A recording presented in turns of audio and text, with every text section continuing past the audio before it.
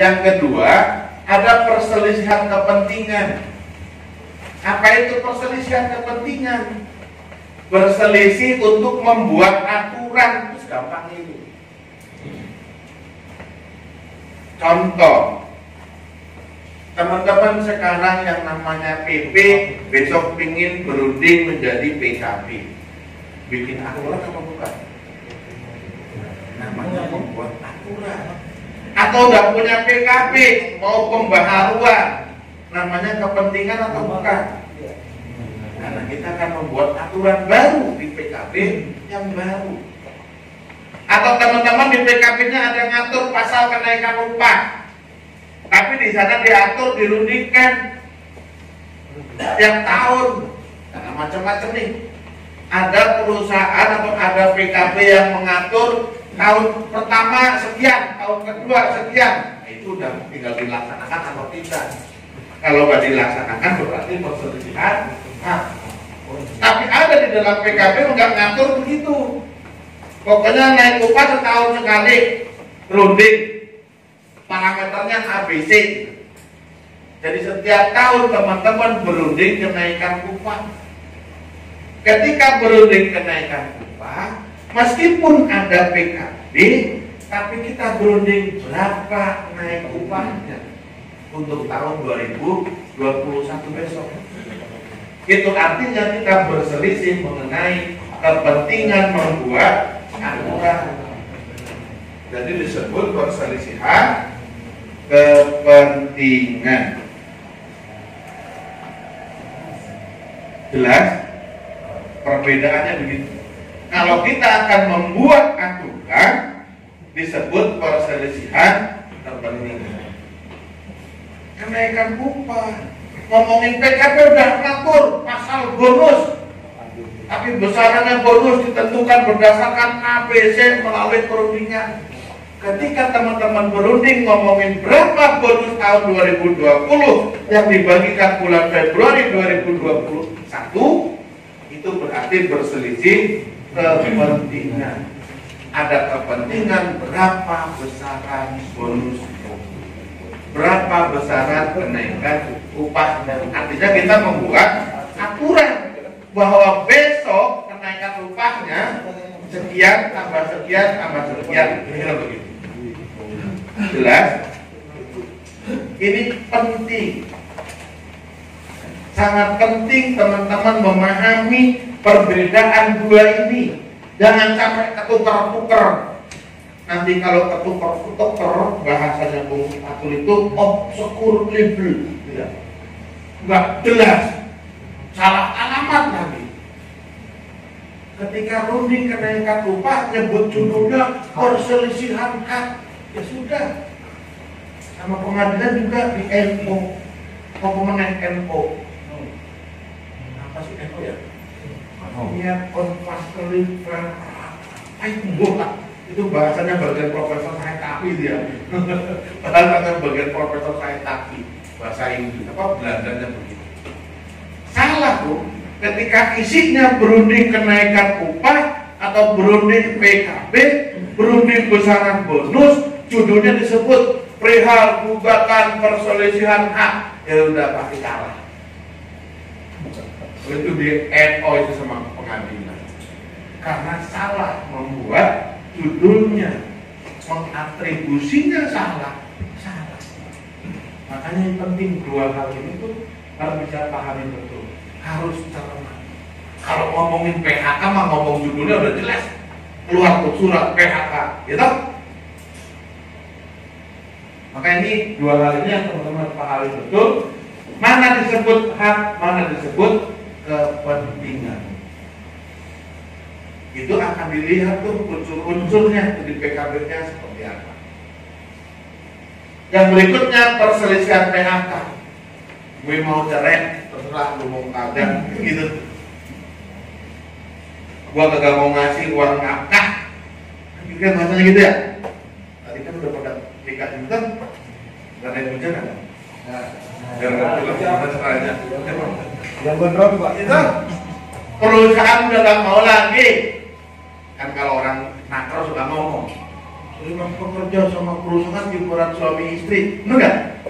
Sering dengar tuh bahasa orang nakal itu suami istri. Nah makanya saya bilang, gua mau cerai, mau ngomong apa? Gua nggak mau ngasih duit, lu pergi sana. Kan kira-kira gitu bahasa gampangnya. Berselisih pemutusan hubungan kerja. Dan berikut antar serikat pekerja. Biasanya rebutan anggota. Rebutan anggota perselisihan antar serikat pekerja. Secara umum praktek perselisihan antar serikat pekerja ini wujud nyatanya ketika mau runding PKB. Si A ngakunya anggotanya sekian, si B ngakunya sekian, si C ngakunya sekian. Tadi Bung Sulis cerita di Kaltim Primakul ada 7 serikat pekerja. Kebayang nggak 7 serikat pekerja? Belum runding sama pengusaha aja dong, berantem duluan. Bisa akur nggak? Nggak bisa akur. Kenapa? Saya cuma ngomong begini deh, sederhana. Kalau di satu perusahaan banyak serikat pekerja, itu cuma apa? Ego, nafsu para pemimpinnya pengen jadi ketua. Akhirnya apa? Berantem sama temannya. Bagaimana membatalkan perusahaan? Udah lelah duluan, capek duluan. Kan kunci serikat pekerja itu adalah solid, persatuan dan kesatuan, kan gitu. Nah kalau pekerjanya aja gontok-gontokan, akur sih kelihatannya akur di meja perundingan sebagai serikat, tapi begitu di hatinya kagak. Dan bagaimana ceritanya? Nggak akan bisa berhasil. Gitu.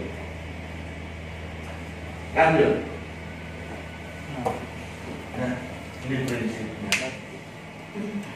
Teman-teman bisa pahami, cepat, murah, adil. Katanya sih begitu. Undang-Undang 2004 aturnya kan gitu.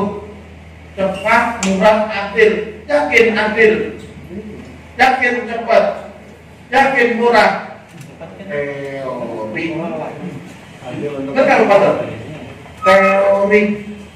Faktanya hari ini PJ Berau lagi nanganin satu kasus sidak di Samarinda. Dari Berau ke Samarinda naik darat berapa tuh biayanya?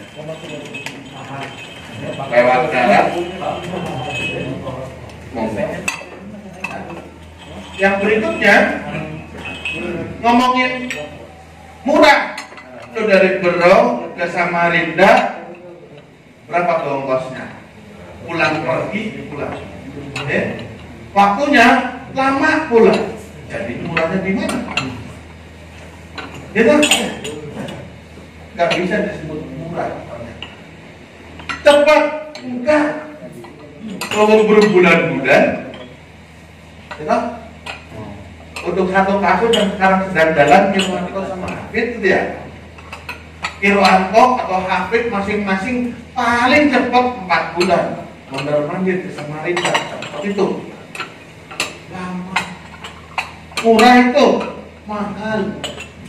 Jadi itu cuma prinsip prakteknya orang gitu ya. Tapi tahapannya pasti harus bipartit dulu.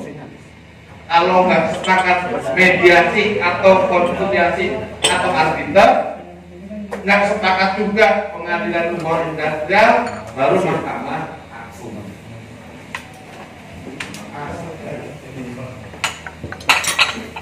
Nah, teman-teman, apa bedanya nih? Ada mediasi, konsiliasi, arbitrase.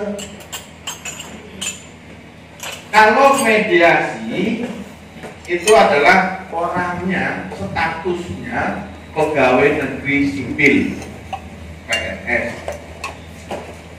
Kalau konsiliasi orangnya swasta, dia orang swasta menguasai hukum ketenagakerjaan, disahkan kalau lulus ujian mendapatkan pengesahan atau keputusan Menteri Tenaga Kerja. Apa itu arbiter? Sama seperti konsiliator, hanya perbedaan tugas dan fungsi plus putusannya. Kalau mediasi, aturan kewenangannya untuk 4 macam perselisihan tadi itu itu bisa melalui mediasi.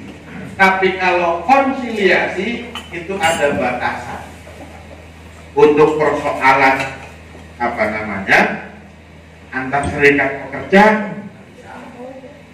Kalau arbiter juga sama tuh, untuk perselisihan hak nggak bisa. Sifatnya arbiter, sifatnya putusan. Kalau ini anjuran. Kira-kira bedanya begitu. Tahapan ini mau tidak mau harus dilalui. Kalau mau ke mediasi, syaratnya buktikan pernah dirundingkan atau sekurang-kurangnya upaya bipatin minta runding. Begitu juga pengadilan hanya bisa mengajukan gugatan manakala dibuktikan dengan anjuran atau risalah mediasi. Clear? Ini kira-kira proses penyelesaiannya. Jenjangnya seperti ini. Lebih lanjut kita break sholat asar. Setuju nggak? Komitmen tapi maksimal 15 menit.